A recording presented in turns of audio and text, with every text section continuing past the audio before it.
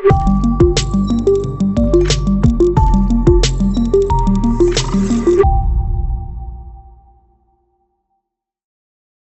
morning, everyone. Welcome bright and early this Wednesday morning for our inaugural EU Industry Talks. It's organised by the European Cluster Collaboration Platform, as you all know, as a complement to the ongoing Clusters Talks, which, of course, are developed with the European Commission to look at industry. Now, today we're going to talk about the tech sovereignty package. It's been a real highlight in Brussels, but also spreading around Europe, where I know everyone is joining from across the bloc. And we're going to look at what it means for European industry today. Let's have a quick look at the agenda. We will start with the news from the Cluster Collaboration Platform. Santiago will set the scene for us with all the latest updates and what you should look out for. Then we'll move on to a presentation from the European Commission telling us all about the tech sovereignty package, really setting the scene and going into the detail of what's at stake, because there is a lot at stake. It really is an initiative from the Commission aimed at strengthening Europe's capabilities and reducing dependencies, something we're talking about a lot in the current geopolitical climate, but it also means a lot in terms of competition as well. So we're going to assess how it affects businesses, industrial ecosystems, and how everyone can prepare for the policy landscape. So we'll dig into all of that, including some interactive polls. You will see those. They will come up in the chat. We will introduce those, and Santiago will help me interpret some of the results, just to get a sense of what everybody joining us today feels about the package and what it means to them and their work. Then we move into the meat of our discussion with our panel, looking at what changes does that mean for European industry and practice. We will also have great speakers for that as well. I will introduce them when the time comes, and you will, of course, be able to ask your questions of our speakers in the chat. They will be ready to take them, and we'll try to get through as many as possible this morning. We don't have a huge amount of time, so I'm going to move on then directly to Santiago to give us the latest news. Santiago Donat, who is from the teams. A little bit of housekeeping. So we will be using Teams, as always, for the polls. Those are the poll questions, the questions to you, the audience. You should note, of course, today is being recorded. You'll be able to find the recording afterwards on the Cluster Collaboration Platform, and it'll be shared. And as I say, you can use the chat for the questions and your comments. You can always say hello. I can see people already joining us from Finland, from Germany, from Helsinki, from Ukraine. So please use that to interact with the other panelists and those other attendees as well. But Santiago, over to you to take us through the news. Thank you very much, Jennifer, and good morning, everyone. Before we enter into the main presentation of the day, I would like to share with you some news from the European Cluster Collaboration Platform. It's a mix of news about the industry landscape, but also a little bit about the activities we are preparing for the next months. So we start with an important mission which is being organized to Mexico in the agri-food sector next 16 and 19 of November. Is a high-level agri-food business delegation to Mexico, and it's very important under the new and updated EU-Mexico Free Trade Agreement. Business representatives and companies with potential to export are invited to participate in the sectors dairy, meat, wine, fruits and vegetables, processed agri-food products mainly. You can find further information here in the link we are sharing in the chat, and deadline is very soon, 30th of June. We move on to upcoming ECCP activities. One of our activities are international matchmaking events to strategic countries for the EU. The participation in these events includes expert support, gives you visibility, participates in pitching sessions, also matchmaking sessions organized, site visits to local companies and leading institutions. And the first one will be in Canada, in Montreal, next 15, 17 of September. Applications open until end of this week. And it is very important because there is a digital trade agreement on the way with the EU and Canada, and the sectors of this matchmaking session will be on AI, data, and digital services. Then there is the next matchmaking event, international matchmaking event, will be in India, in New Delhi, at the end of October. Applications are open until 8 July, and also takes place under the new EU-India Free Trade Agreement signed. Another important matchmaking event we are organizing, it will be in November, South Africa, and it will be focused on the digital sector and the tech ecosystem. More information, you can find it in the link we are sharing. And if we go to the next slide, yes, another activities that some of you might know is the cluster meet regions. It's an opportunity of clusters to meet regional stakeholders, policymakers, and other actors. The next event will be in Attica, 6 and 7 of October. Registrations will open soon, and the next one will be in Saxony in December. And these events are important because it's 2 days of policy dialogue with high-level policy panels, peer learning with the presentation of case studies from different parts of Europe, and hands-on comparison building to turn these connections into concrete cooperations. And you can find also more information on the link. And yeah, so this was all from my side very quickly. And now, yes, Jennifer, over to you. Thank you very much, Santiago. Lots to watch out for there. Well, you can see our poll question has already appeared. So we want your opinion on what are the main technological sovereignty challenges that your industry currently faces. You can see in the chat function to your right that you can write in your answer. Maybe go for 1 or 2 words, and there are no wrong answers. Of course, this is very much your opinion, what you think are the biggest challenges. So let's see. I am not seeing anybody writing yet, but you can put your answer in there. Okay, let's see. We're getting a couple of responses coming in. So Santiago, what do you think? What's standing out there from the responses? Yeah, we are questions. I mean, it's not an easy question. We are getting some responses. They say slow pace, the capabilities, AI, access, dependency. It's a big cloud already. No homogeneous, a concrete word that is growing. Is competitive energy. Access AI is getting bigger. Yeah. And the bigger the word, the more people clicking on it, more people saying it's one of their big challenges. But of course, AI is an opportunity as well as a challenge. I'm sure we will talk about that. Access, I know, is one big one for many people in the industry. And of course, wherever you are, people are often frustrated at the slow pace of being able to tap into some of this. So a lot of issues coming up. I think we've had over 20 responses there. So let's move on to our setting the scene. We're going to talk now to Valentina De Vito, who is Policy Coordinator for Tech Sovereignty and Economic Security Policy, European Commission within DG Connect. Valentina, you have a presentation for us. It's a big area, but I'm sure a lot of people know the bones of it already, but perhaps you can give us your presentation on the EU Tech Sovereignty Package, why it matters, what it is, and what it's going to mean. Thanks a lot, Jen. Thanks a lot, everyone, and good morning. So first of all, I would like to thank, of course, the organizers for inviting me to this first edition of the EU Industry Talks, and also clearly big congratulations for the launch of this relatively new initiative. For those of you who don't know me, which I believe being the vast majority of you, as Jen was saying, my name is Valentina De Vito. I'm Policy Coordinator for Tech Sovereignty and Economic Security in DG Connect.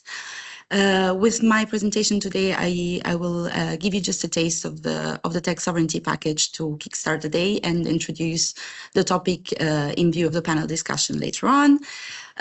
Just also to say that I don't have the ambition or the capacity to cover everything in detail, so I'm happy to drop my email address in the chat, and you can feel free to reach out in case of questions or comments. And without further ado, let's start with why is it that we have adopted a tech sovereignty package. So the starting point is that despite, as you know, years of regulatory efforts and investment, the US remained heavily dependent on non-EU technologies for around 80% of digital products, services, IP, and the figures on the slide illustrate even better the scale of the challenge. For instance, in terms of global market share for chips, we still have reached only 8.8% on average across the various segments of the semiconductor value chain. But this, let's say, this figure kind of masks some differences, because while our biggest vulnerabilities are in advanced chip design, whereas the US that's leading, and manufacturing capacity that is instead concentrated in Taiwan and South Korea, we, of course, hold a near monopoly position globally in UV lithography machines, without which clearly it is impossible to produce chips at scale. In the area of cloud, I mean, that's clear to everybody. 3 US hyperscalers are dominating the scene of the EU cloud market with over 70% of market share, which means that in practice, AWS, Microsoft Azure, and Google Cloud provide all the infrastructure on which most of our companies, governments, and public services depend. What's the problem there? The problem is that these companies are subject to third country jurisdiction, and particularly to the US Cloud Act, which can have extraterritorial reach. Now, in practice with this, the US government can request access to EU data or transfer of EU data. But this dependence is also exposing us to an important risk of operational continuity, meaning that the US government possibly has a kill switch that may be used to increase political leverage on us, but also to huge economic costs for Europe. As you see on the slide, we spend 264 billion a year on US proprietary IT products and services. Now, historically, these dependencies were not considered problematic. The assumption was obviously that globalization would continue deepening, international trade would remain predictable, which is unfortunately not the case anymore, and that the theory of comparative advantage would still stand the course of time. So under these conditions, what we've done is concentrating production in cost-efficient locations, mostly Southeast Asia, and continued relying on tech giants, because these were individually economically rational decisions. However, the global context has changed, and the assumptions have started proving wrong. So the COVID pandemic has exposed the fragility of our supply chains. Russia's invasion of Ukraine has demonstrated that a dependence can become a vulnerability when the political relations deteriorate. And at the same time, growing strategic competition between the US and China has transformed tech into a geopolitical instrument. We see this with export controls on advanced semiconductors, but also more recently on Anthropic's AI software. So let's now have a look more in detail at the package. First of all, with the package, we're trying to correct the course. We have taken a clear-eyed assessment of the situation and decided to finally act on it. The package is not a standalone package, but it builds on a number of key initiatives. So, for instance, the competitiveness compass. In fact, the package contributes to basically all 3 of the core objectives of the compass: closing the innovation gap, decarbonizing the economy, and also reducing excessive dependencies. But also on the digital policy program and the annual reports, which provide a snapshot of the European progress in the digital transformation, pointing to where we need to do more. As well as on our economic security framework. And of course, the CHIPS Act is also building on the success, but also on the fundamental lessons learned from the implementation of the CHIPS Act 1.0. So let's move without further ado to the CHIPS Act 2.0. And first of all, what is new? So the first CHIPS Act has focused heavily on supply side measures, mainly on increasing manufacturing capacity. But there's no point in building more factories alone if we don't create or better link the markets for chips.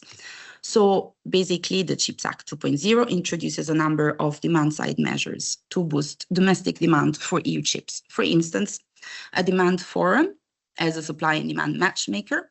So as I said, this means better linking chips manufacturer, but also our stronger industry, automotive, aerospace, defense, robotics, energy, and so on. It launches demand accelerators to ensure that the semiconductors products that are put on the market are aligned with industry needs. It introduces also grand challenges, which basically is sort of strategic projects that help us reduce our dependencies on the US for advanced chips and in particular AI chips. And also it ensures that public procurement in critical areas focuses on bringing new added value. So that means economic growth, jobs and skills that are located in the Union. As I said, of course, the CHIPS Act 2.0 is introducing demand-side measures, but it's also strengthening existing supply-side measures and introducing new ones. So, for instance, we aim to expand and protect our existing strengths, which are a very strong research base, but also, most importantly, some of our choke points, ASML machines, lithography machines. And with the additional supply-side measures, we also aim to reinforce the segments of the value chain that are not present in Europe or are not sufficiently developed. For instance, by enabling state aid funding to finance first-of-a-kind projects in raw materials and packaging, quite absent in Europe, but also by unlocking additional funding for projects of strategic importance. Another important add is streamlining the permitting processes for strategic semiconductors projects, thanks to simplified administrative procedures and easier access to public support mechanisms. Finally, and importantly, something that also was present in the CHIPS Act 1.0 in terms of crisis management, the CHIPS Act 2.0 aims at improving the supply chain monitoring and crisis management with, first of all, increased diversification of suppliers by building more and stronger international partnerships. And I will come back to, let's say, the international dimension of the package. Improved crisis preparedness capabilities, strategic stockpiling, closer scrutiny of supply chain concentration risks, but also the right for the Commission and the Member States to request information to companies in certain cases. And finally, the CHIPS Act 2.0 also sets up a B2B semiconductor supply chain platforms to support industry in proactively improving their resilience to supply chain disruptions. And this is all for chips. We move to the CADA, so the proposal for the Cloud and AI Development Act, which is structured around 3 pillars. So the first one is support for R&D and I, strengthening capacity and ensuring sovereignty. In terms of support for innovation, via the cloud and AI leadership initiatives, the CADA addresses the need for boosting homegrown world-class research and development and innovation in next-generation cloud technologies that are needed to build the AI continent, but as well as sustainable computing capacity. In addition, CADA is also stimulating the union's demand, deployment, and uptake of cloud and AI technologies across the public sector and industry. We will see also how. In terms of boosting capacity, this is probably something that you may have heard a lot. CADA aims at tripling data center capacity within the next 5 to 7 years to meet, of course, the increasing demand that will come mostly from AI workloads. At the same time, thanks to the data center acceleration zone, the CADA is accelerating data center deployment. Basically, member states will designate the zones where the conditions for the deployment will be streamlined, and let's say that the focus will be on the facilities that are enhancing basically essential public sector functions. And the CADA, finally, as we said, it also takes very much into account of the energy dimension and improves access not only to key enabling resources as energy, but also to land, water, and financing. Finally, and this is also something you may have heard already, so basically with CADA, sovereignty moves from being, let's say, a vague political concept to a more operational criterion in the procurement of cloud and AI services. In fact, the Act creates a union-wide assessment and procurement framework for cloud and AI sovereignty that consists of 4 assurance levels, basically ranging from level 1, which is baseline compliance for less critical systems, to level 4, where the EU maintains full ownership, control, and transparency over supply chains. Now, basically, with this framework, we ensure that critical public sector workloads, such as healthcare, energy, transport, defense, are protected from what we said before, foreign interference and extraterritoriality of laws. At the same time, by doing this, CADA is also accelerating the rollout of EU sovereign cloud and AI for critical sectors, therefore creating opportunities for European businesses to compete with the tech giants, while also ensuring that the majority of the markets, so those that are basically operating in level 1 and 2, remains open to our partners. Finally, CADA also introduces award criteria to foster EU value added, a bit like with chips, as well as joint procurement at the EU level, with a focus on stimulating uptake of open source solutions. So basically, why does it matter for industry? Commercial opportunities due to an increased demand for cloud infrastructure, data center, AI training, cybersecurity, opportunity for EU providers to make a difference, to differentiate themselves in public and private markets, but also opportunities for long-term infrastructure investors. And I mentioned open source, so I will move on to the third initiative of the package, that is the open source strategy. So the open source strategy is not a standalone document, so to say. It's embedded in the communication on European tech sovereignty, what we call the chapeau.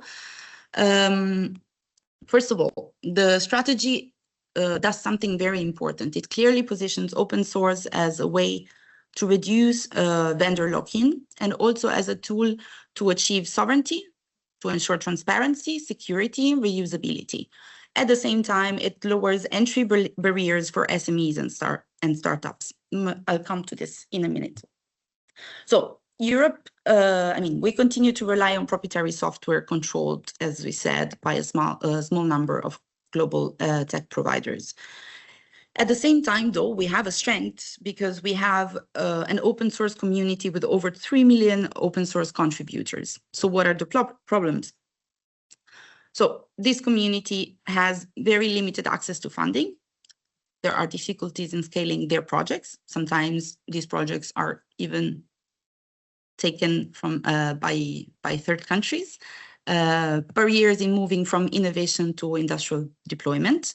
But also, we must say, there's also quite some poor visibility of European solutions due to the incumbent voice, so to say, and their limited access to public procurement. So with the open source strategy, we aim to basically trying to really build a European ecosystem by supporting the uptake of open source solutions in cloud and AI, as we said, cybersecurity, operating systems, but also future internet architectures. I'm sorry. This way, we aim to reduce reliance on proprietary platform, as known, supporting, therefore, an increased use of open technologies. How do we plan on doing that? For instance, by reforming procurement and making it more open source friendly. Why does this matter for Europe? Apologies. So the open source strategy brings a number of benefits. First of all, to public administration, it gives an increased choice, greater control over digital infrastructure, improved interoperability of systems, and as we said, reduced lock-in. For EU businesses and SMEs, probably this is the most important for you, it lowers entry barriers to markets and also provides opportunities to develop and scale. For innovators, this means access to large collaborative ecosystems enabling knowledge sharing, experimentation, and cross-border cooperation. And for citizens, there's a big win. we finally have an increased choice to pick transparent, secure, and reliable services that are more aligned with our values.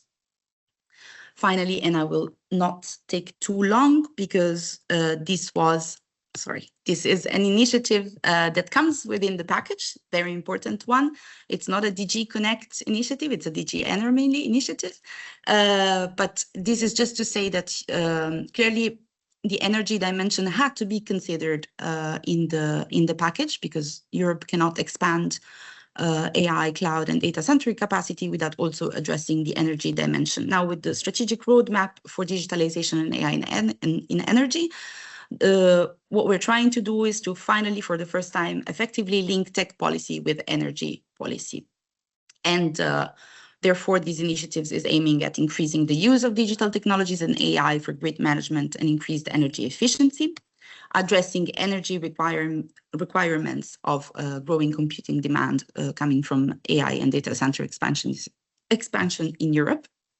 And finally, improving the sustainability overall by introducing a data center sustainability framework. Now, please bear with me. I have just one more slide. And voila, this is basically a little summary of our approach to tech sovereignty. To start, I would like to start, let's say, the conclusion to say that one important lesson that, well, the Commission, the EU at large, is learning from the past is that true sovereignty cannot be built alone through regulation alone. What you see on the slide is what we've called in the communication on European tech sovereignty as the ecosystem approach. This goes beyond just regulation. It requires, as we've seen, demand side measures, supply side measures, and also a set of enabling conditions to work together. And one of the most important enablers, clearly, and this is a very big message I would like to leave you with today, is that clearly all these ambitions that we've put forward in the package and in other initiatives, they have a cost. Tech sovereignty is not a free lunch. So when we've prepared the acts, we've estimated that just to cover the investment needs for the initiatives under the package, we will need up to 450 billion in the next 10 years. And as we prepare the MFF, as you know, it's also clear that public money alone will not be sufficient. And what needs to change going forward is, let's say, our capacity to stimulate private capital to step up the game. So for this reason, the Commission is also launching an ongoing dialogue, is also launching a dialogue with the member states, the EIB group, and other key stakeholders with the objective of building a European equity capacity that reaches the scale necessary to ensure that our best tech companies get the funding they need to compete and win also on the global stage. Couple more messages that I would like to pass on. Technological sovereignty is not about self-sufficiency, and it's not about protectionism. So the objective is to reduce dependencies, strengthen resilience, diversify the supply chains, and ensure that we retain sufficient capabilities to make our own choices, especially in critical areas of the digital economy. Basically, it means that we continue cooperating globally, but we do this from a position of strength and not anymore in a condition where others can leverage their strengths against us. So the tech sovereignty package, it's not to be understood simply as tech policy. It is really an industrial, economic, and geopolitical response to a world in which access to critical technologies increasingly is determining our competitiveness, resilience, and strategic influence. And with this, I close my presentation. I'm sorry if I took maybe too long, and I would like to thank you very much for your attention. Over to Jen. Thank you very much indeed, Valentina. Not at all. It was really insightful talk through what is the biggest package coming out of the Commission in recent years. It's very, very very important as it touches on so many different sectors. And we saw there your email address, and we can drop it in the chat as well. So if people want to reach out to you bilaterally because they want a little bit more explanation, they can do so. And of course, don't worry, you will also be able to see the slides from Valentina's presentation afterwards, as well as a full recording just in case you missed anything or want to share it with colleagues and go over it again, because I think it is important that we take a bit of time to really understand it. So thank you very much, Valentina. We're going to go now once again to some poll questions that will be once again in the chat. These are multiple choice questions. So the first one is, which opportunity from the EU tech sovereignty package could have the greatest positive effect on your sector? And you can vote for access to European cloud and AI infrastructure, stronger semiconductor supply chains, more support for open source and sovereign digital solutions, public procurement, creating demand for European solutions, sectoral deployment in manufacturing, energy, mobility, health, or public services, and or other. If you suggest other, please do put that in the chat. I see quite a lot here from public procurement, creating demand for European solutions. We've got that's 26% already, as is more support for open source and sovereign digital solutions. I think possibly the two go hand in hand, because we do see with public procurement a move towards open source as well, or at least an effort to try and bring open source on board. Nobody has suggested other, which is good because it's quite difficult to keep that tidy. And stronger semiconductor supply chains, not getting so much of the votes, and the sectoral deployment in those various sectors, not so much of the vote. Access to European cloud and AI infrastructure, almost as important as open source and public procurement leverage. So I think we've got a good sense there of which are the three biggest topics and which are the three lesser important topics. That's, of course, not scientific and just based on those 40 odd people who are voting here this morning. So thank you very much for your thoughts on that. Our next question is also a multiple choice, but if you like, a poll. So how prepared is your organization or sector to adapt to the EU tech sovereignty package? And you've got a range there from very prepared, somewhat prepared, neutral or we're not sure, not very prepared, or not prepared at all. We'll let you vote there on how you think your organization is doing or how your sector is doing, if you're not specifically looking up.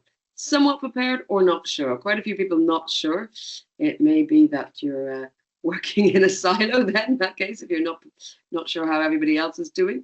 Somewhat prepared or neutral, not sure. Only 6% are not prepared at all at the moment, which is quite heartening. So at least some people are a bit prepared, but then there's 15% that are not very prepared. Not so many, we're not getting higher than 10% of the those represented here today are saying that they're very prepared. So I think everyone somewhere in the middle are probably aware of the tech sovereignty package, think that you can probably manage it, but not really fully up to speed, is how I'm interpreting that. Again, these are not scientific results, and we possibly shouldn't extrapolate them to the EU as a whole, but certainly just based on 34 responses from those attending today, we can see it's somewhere in the middle. Thank you very much for your replies. We'll possibly take a look at some of those and maybe comment on those in our panel discussion. So if I could invite my panelists to switch on their cameras and their microphones. We are delighted to have joining us Laura Quentin, who is the Director for European Affairs and Projects at Minologic, which is one of France's leading digital technology clusters, contributing to the development of European innovation ecosystems in microelectronics, software and digital technologies. Thank you very much, Laura, for joining us today.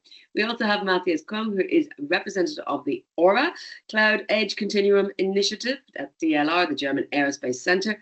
It's a strategic endeavor dedicated to establishing a resilient, open and future-proof digital infrastructure. And I should also say Matthias is probably well known to many, as from 2019 to 2023, he was a seconded national expert to DG Connect. So we'll bring some insight from that, Matthias. And finally, Julia Nitschner is Senior Content Manager at Silicon Saxony, working at the intersection of communications, industry analysis and stakeholder engagement. And Julia focuses on semiconductor industry developments, innovation trends, and European digital and industry policy. So a lot of experience here on the panel, and I'm sure we will have a good conversation. But let me do a quick tour de table just to let each of you introduce yourselves and maybe talk a bit about what you think in a very overarching way about what changes for the European industry and package with this EU tech sovereignty package. Laura, I'll start with you. If we can see you, that would be Thank you, Jen. Good morning, everybody. My name is Laure Quintin, so Head of European Affairs and Projects at Minalogic, but also this morning representing, together with Julia, actually, my colleague, the Silicon Europe Alliance cluster of Alliance on Semiconductor.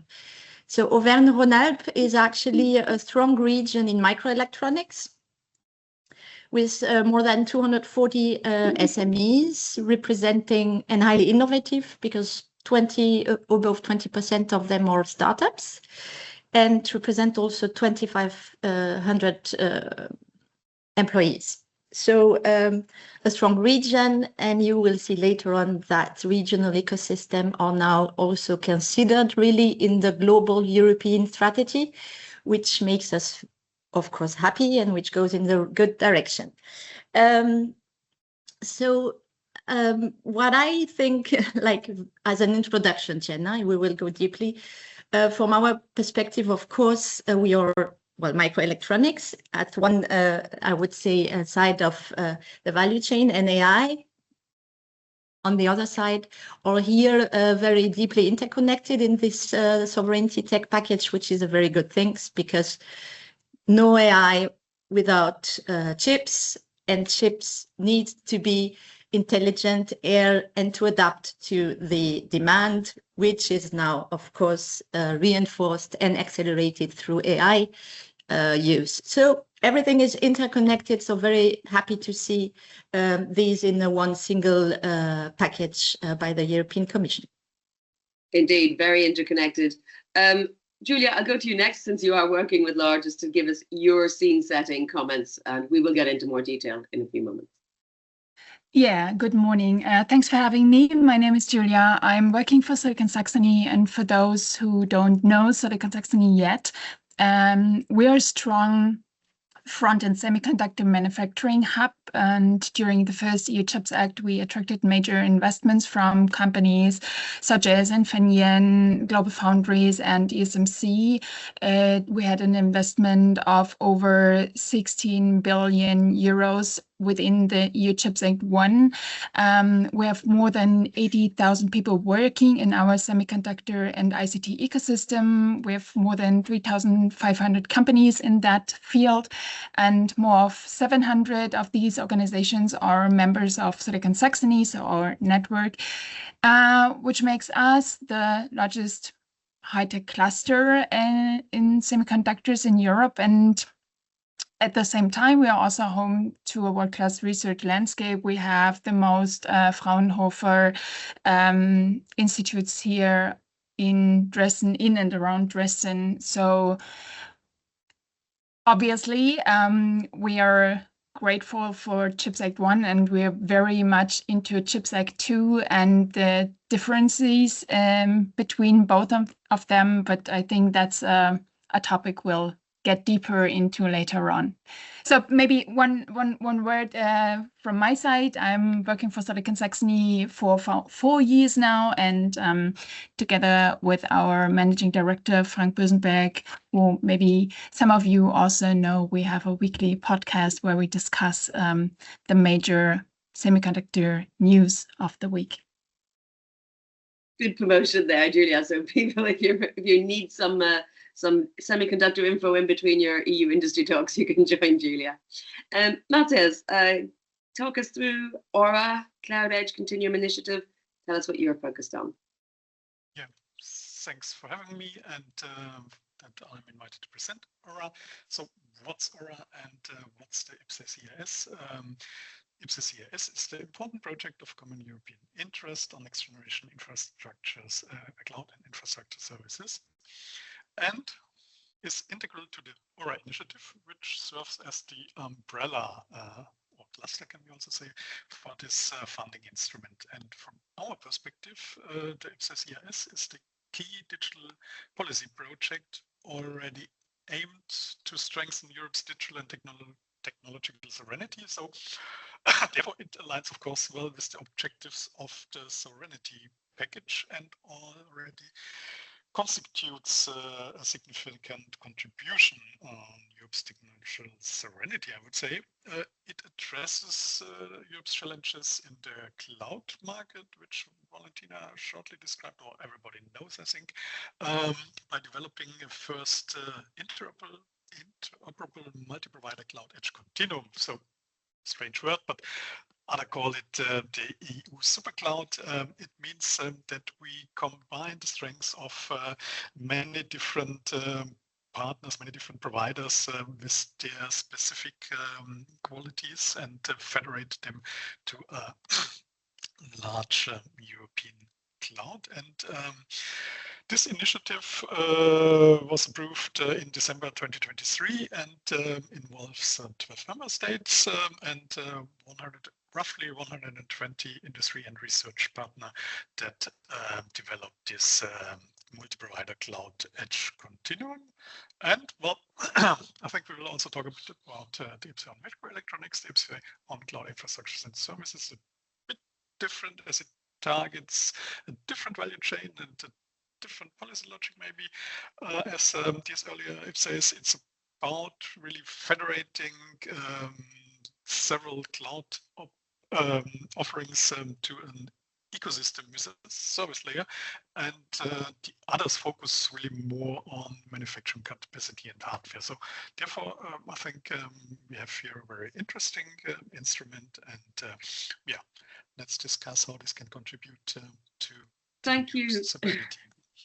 Thank you, Matthias. Now, I can hear you, but you're very faint. I think others are having a little bit of the same issue. So I could hear you, but perhaps for your next intervention, we can get you to put the microphone a bit closer, or switch to the laptop mic. I'll let you sort that out while I come back to Laura to ask Laura.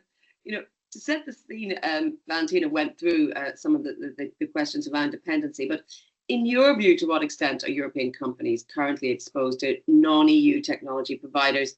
And what risks do you see that these dependencies create, specifically for resilience, for competitiveness, as well as the quite obvious strategic autonomy side of things? Well, big question. Well, in terms of semiconductor value chain, yeah, this is the one I know more, and maybe Matthias can answer for the other side of the package. Europe remains highly dependent of non-EU suppliers. This is like this, and even if the European policies want to strengthen our competitiveness, which is very good, we need to compete globally, and we have Valentina mentioned Taiwan, for example, South Korea, US are our main competitors. Well, not competitors, well, both competitors, but also partners. So we have seen that, and this is also very good, microelectronics is now everywhere, and indeed the strongest European industries are dependent from chips availability. And if there are any political crisis, the strongest European countries, not non-European countries, can really put our whole supply chain in danger. Okay, I think we all know that. But what I see as positive is that the demand in semiconductor technologies coming from the industries is increasing, and European Commission is in CHIPS Act 2 taking this more into account and proposing some solutions to really trigger demand and bring the demand and the offer stronger together. So we have dependencies. We cannot change this in one day, but this is going even in the right direction with a strong political, I would say, guidance, yeah, and that the industry now is, from our perspective, also taking this also as a great and a larger issue, going only, well, what I say, not only also only thinking about their productiveness, but also how they manufacture, how they also can buy more European, and having this sense of sovereignty can also help the whole European industry to be more sovereign and use sovereign technologies and so on. So we are dependent. We cannot change it, but Matthias is not really. In certain, because Valentina said we don't have enough capital for this. Microelectronics is very capital intensive, so we don't have enough capital, and we don't have also the culture of large investments neither. So let's see. Yeah, a couple of different things to unpack. I mean, as you say, supply chains are international and, of course, easily disrupted. It might not just be a geopolitical question. It could be things like a complete war in the Middle East, but likewise, we could have natural catastrophes disrupting supply chains. We have pandemics that we possibly need to include in a mix as well of things that can indeed disrupt the flow of those very essential components. Matthias, you were perhaps more circumspect into what degree you think we're fully dependent, or what we can and can't change. So, the same question to you, Matthias. What are, those dependencies, and what do they mean? Yeah, well, currently for the cloud market, the description is exactly the same. We are highly dependent on non-European cloud and other software and AI providers, the so-called hyperscalers. And we are talking not only about compute resources, we are really talking about the whole software stack that supports many public and commercial services and business processes. And well, I'm still optimistic, but currently this dependency is still increasing. And hey, we are currently using Microsoft Teams. Yeah. So therefore, really have to work for a change, and Aura frames these dependencies on 4 dimensions. One very important thing that's also central to the sovereignty package is data sovereignty. So who controls access to business critical data? Where is it stored? The other thing is then, of course, the technological sovereignty itself. So how easily companies can switch providers without major disruptions, or even distribute their workloads across several providers. And this also then counts onto this aspect of operational sovereignty. So how can services be continued if there are on either geopolitical or also commercial shocks, or even military attacks or whatever? So operational sovereignty. And the fourth one, the legal aspect, this was also discussed, I think, many times. What the Cloud Act does mean for European sovereignty. And here it's also important that the services that we are now pushing forward are really governed under European law and European restriction. And well, can talk a lot about how the dependency currently looks like, but maybe we should also see what we can do to change this. The data sovereignty question has been high on the agenda for quite a while, because I mean that was at least somewhat related to the GDPR, and that was coming in. But I think we're moving on to look at more structural dependencies as well. Julia, your thoughts on this? We are dependent, as Matthias has pointed out, in several different ways. What are your thoughts on that? I mean, in general, I would definitely support what Laura said, and also what Matthias said. We are dependent, that's no news. On the other hand, looking back to CHIPS Act 1, we can also have a look on what we've achieved. So the goal was then to increase the global semiconductor manufacturing share from 10 to 20%. That's nothing we achieved, but in the end, maintaining Europe's position is already something that we achieved. So we are still around about, I think, 8 to 10% by now. And I always want to make sure that we also see the strength that we are bringing in, or that we are bringing to the table. I mean, you mentioned ASML before, but we also have Zeiss, we also have Trumpf, we also have Siltronic. So there are parts of the value chain where also other parts of the world are dependent on us. So that is something good. But still, nowadays we have structural problems, and I mean, we have virtually no industrial production of advanced logic nodes or memory chips. We have a backend problem for sure. We also have upstream at the supply chain a problem when it comes to raw materials and chemicals and all these things. So there are many problems right now, or many issues that we have to address or still have to focus on.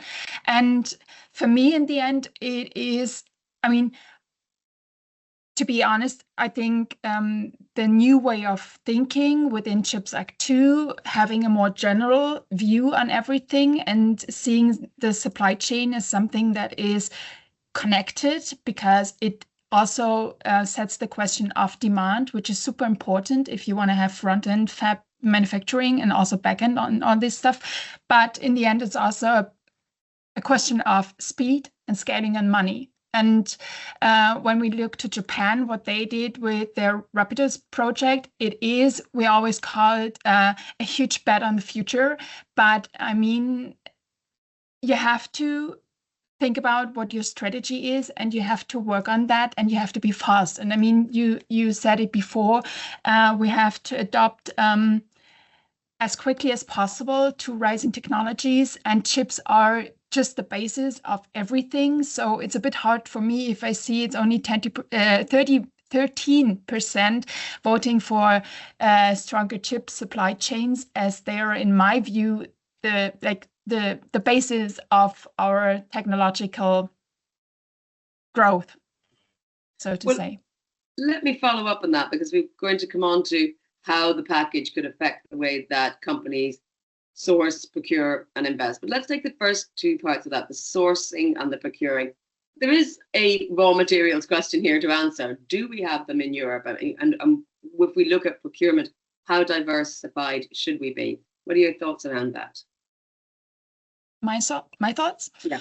I mean, we see, especially in the defense sector, that companies are adapting faster now. I mean, after the war in Ukraine started, they started stockpiling, which was the first step to being more independent from international supply chains.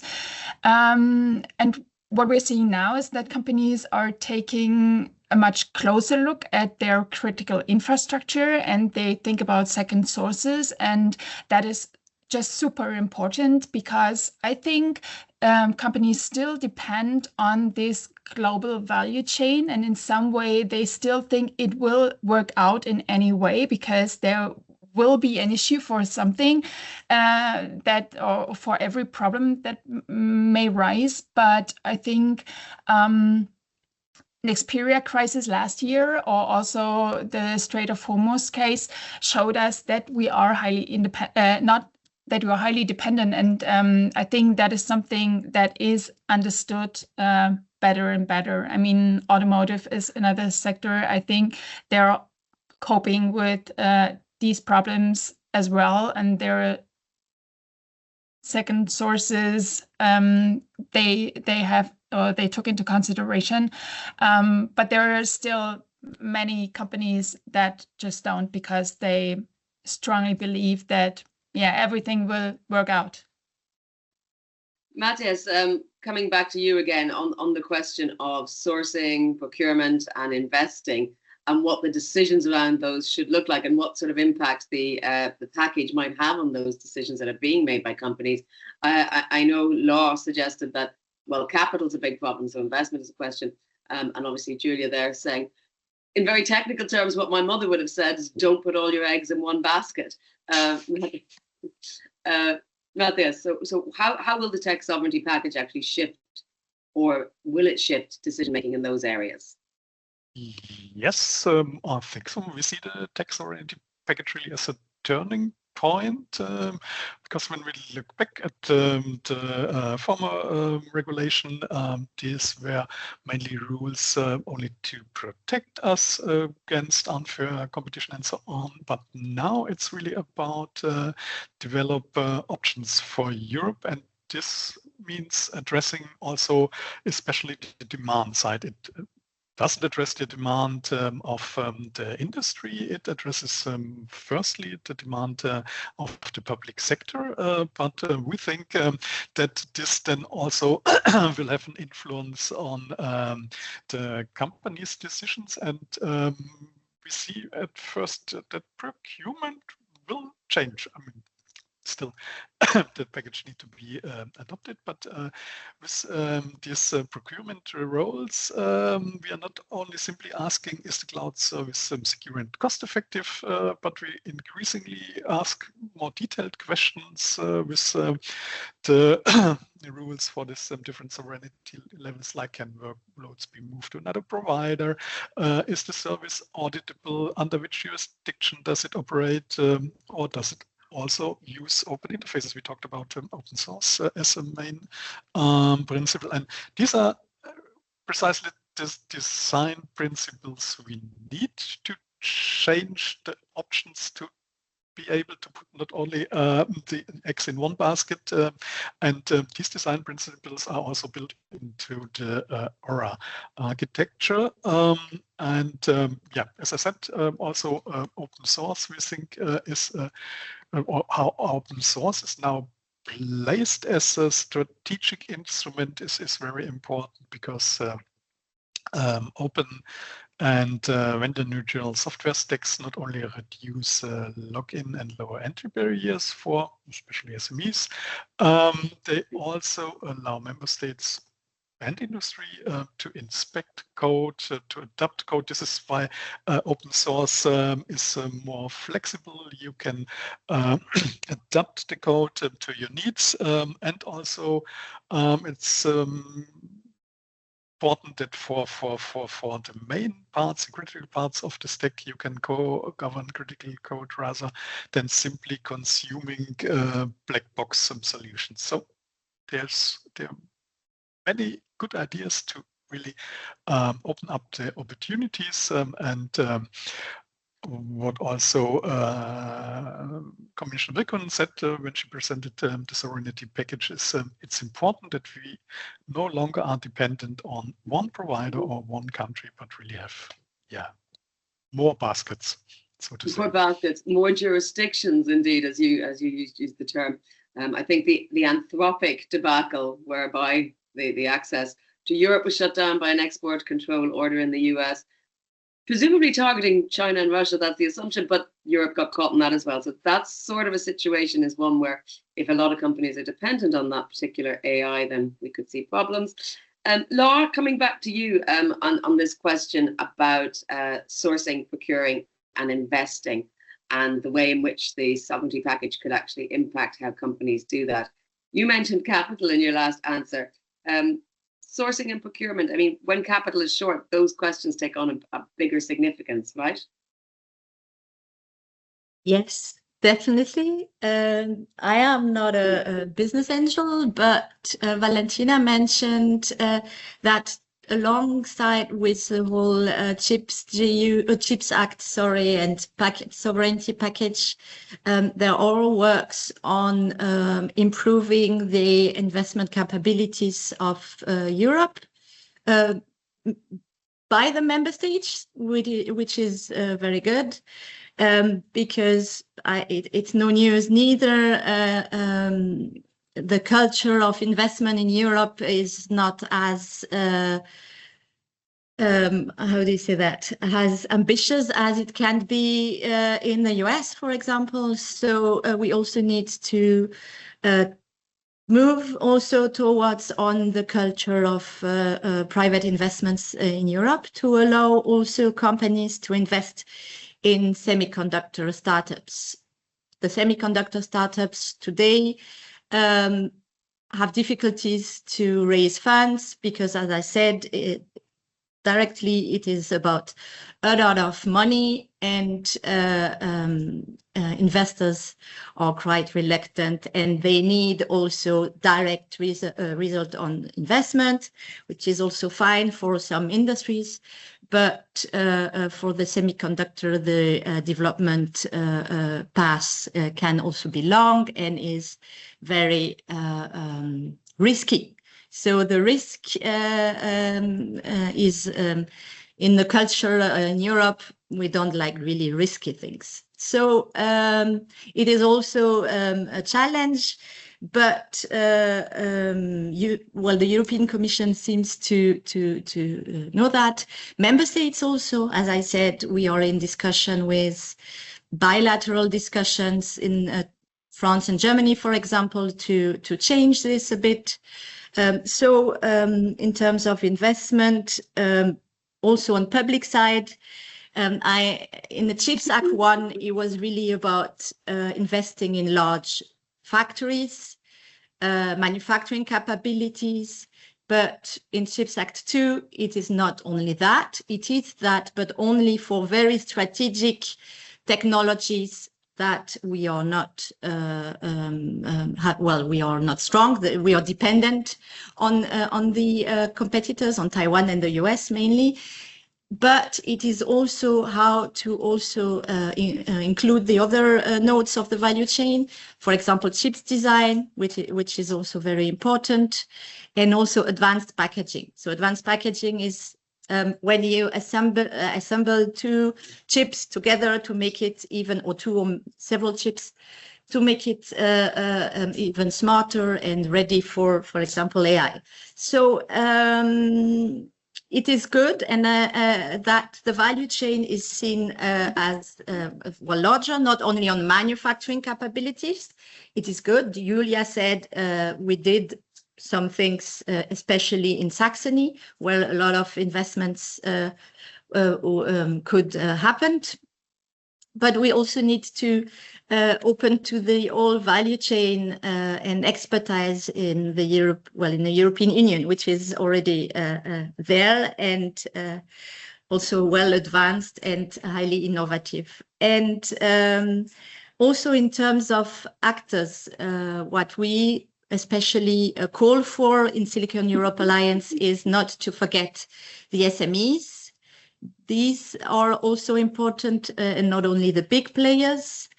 And here also in CHIPS Act 2, in this package, we see that they are also targeted. For example, the CHIPS Fund was created in CHIPS Act 1 and will be pursued in CHIPS Act 2.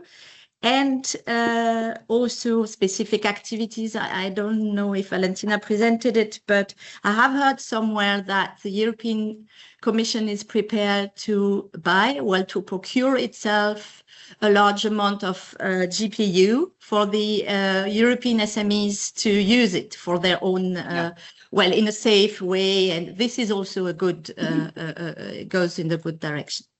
And last but not least, I also said that the regional node is very important, and it was missing in CHIPS Act 1, is now added now with the CHIPS label for Europe, for semiconductor intensive regions. Let's see how it will really look like, but it is also good to involve the regional command, because they all also have procurement capabilities on their own, which is also very good to trigger the semiconductor industry. Well, now I see we're getting towards the end, and I want to make sure we have time for questions. So I will remind everyone to put their questions in the chat. I only see one so far from Desiree Ehlers, and Valentina has answered it somewhat, but perhaps, Julia, you could also maybe comment on how much focus is on quantum chips in the CHIPS Act 2. Julia, maybe a thought on that? And I will see if any more questions come in our chat right now, so please do type them in. Actually, I don't know that for sure. What I know is because that was Julia. I think pilot lines in pilot Pillar lines. 1. Yeah, exactly. More on R&D yet, because quantum is still at R&D stage, except for the quantum computing. But here it's about quantum chips. Yeah, I see the pilot lines as, and they will be pursued, continued in chip sector. That is true, and maybe one other aspect to quantum chips, because what we need to do is, I think, focus on what we can already do, and there is a way, because quantum chips have the difficulty that we don't know yet which technology will last and which will be the most the one who is really the best for the markets or for several business cases. So it's hard for semiconductor fabs to already produce them, but there are ways. Global Foundries is going one way, and they created an own business unit for quantum chips, and they decided on how to use their existing manufacturing flow for producing these quantum chips. So I think that is an opportunity, because we also have Global Foundries here in Europe. So we should always have an eye on all the things we are already able or capable of doing. And what I wanted to add to the demand side, because we also see the demand side as a big opportunity, and we see it already with, for example, Infineon, because every AI factory does not only need GPUs and CPUs, but also needs chips for providing the power. Power semiconductor is the keyword, or power management solutions and security technologies. And this is a big part where Infineon already has its stakes. And I think we see how important it is for the whole value chain to have this demand. But we also have to take into consideration that companies, and I'm speaking of the chip companies and also of the SMEs that are in this cluster, because we always say for one job in a chip factory, there are 3 more in the local cluster. And we also already see that here in Dresden, where I think more than 17 SMEs and international companies opened a new site or an office or something like that. And in the end, there has to be a business case for the companies. So if you don't see the business case, you are not investing. And this is the most important thing. Yeah, and as I referred to in that previous question, those questions become all the more hard when the capital is limited, because you have to bet on the right horse, again, to use phrases my mother would use.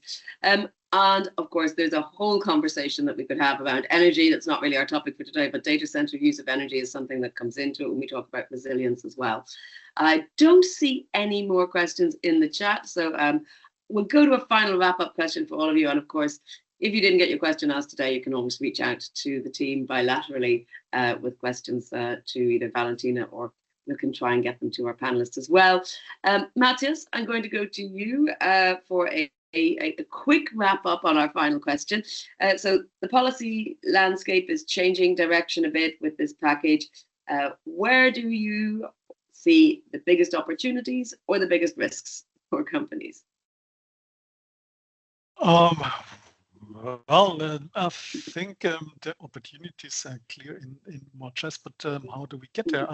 And it's important to understand that the Aura initiative is not just another funding scheme that helps the provider side. It includes also the demand side, and we see it as a large testbed for sovereign open source cloud and edge solutions. And there we can show how sovereignty by design can really be developed to a competitive advantage. And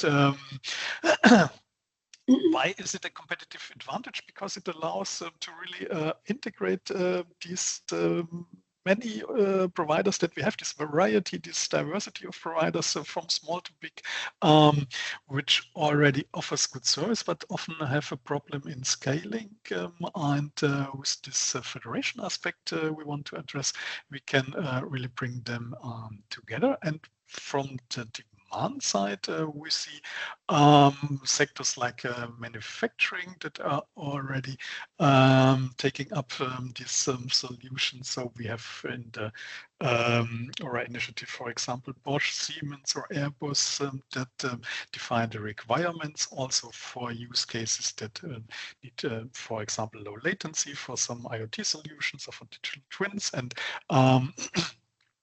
there we really see a good way from this R&D or first industrial deployment phase that the funding part of this project addresses into real adoption. We also see that this testbed helps the telcos to really develop joint offerings. I mean, under we're not going to get into telcos now. We absolutely don't have time to bring him into the conversation as well. Okay. Thank you, Matthias. Laura, a very quick wrap up for you. Where do you see biggest opportunity, biggest risk, or biggest shift? Pick one because we only have a couple of minutes left. Laura. Sorry, my mic. Bigger opportunity for me is for a smaller one to be really integrated in a European recognized semiconductor value chain. So that really interconnected with policies, European, national, and regional policies. So to me, it's really for smaller ones, this could be an opportunity. We won't tell them how to do business. It's not our work, but really linking them and to the right partners. It goes, well, to me, it's an opportunity. Risk, a bit like Matthias, just expect from this package a huge amount of public funding. Not sure that they all wait for that, but money will remain, to my perspective, still the risk and one of a big problem. And what was the last thing? Any big shift you're seeing, or is it too any soon? big shift? No revolution. I guess Chips Act 2 is an evolution, no revolution. I think that was one of the no revolution, but still we welcome this. Thank you. And Julia, a final, same question to you, a final wrap up. Where do you see biggest risk, biggest opportunity? Well, for me, the biggest opportunity or also shift is that Europe is finally moving from crisis management in CHIPS Act 1 to a long-term industrial strategy, which is a good thing. So the tech sovereignty package has the potential, in my opinion, to strengthen not only semiconductor manufacturing, but in the entire ecosystem. By connecting chips with AI, with cloud, and with the whole digital infrastructure. And the biggest risk for me, however, is that we are not fast enough and that will just take too long in comparison to other markets who are more agile than we are. Thank you very much, all of our panelists. Thank you for your insight and your time this morning. Kimo, I see a question you put in right as we have closed at the end of our event, but we'll see. Perhaps someone will be able to get back to you bilaterally on that quite broad question. How long is this going to all take to bring technological sovereignty to a more or less sufficient level? That is a big question, Kimo. I don't know if we're going to answer it in the time we have, because I think we could talk around that for a very long time. But thank you all very much for joining us this morning. Please do visit the ECCP website and follow on social media. I saw a lot of people asking whether the slides will be shared, so you can find that all there. You can also go to the LinkedIn website, this general ECCP discussion board. You can follow on X if you choose to rely on a US-based social media. That's EU_clusters. And the website is also available at clustercollaboration.eu. This is a feedback QR code. Please get your smart device out and scan it. And it's very quick, but it will help us inform the future discussions, because this is the inaugural EU industry talks. We're moving away from cluster talks to industry talks. So it's going to be whole lot more interesting going forward. So we do want your feedback on what we can do for the next time. And we do want you to join us next time. We'll be back in September. Thank you once again. And remember, you can share using the hashtag EU Industry Talks or ECCP. And we look forward to seeing you next time. But that's it for now. Have a great day.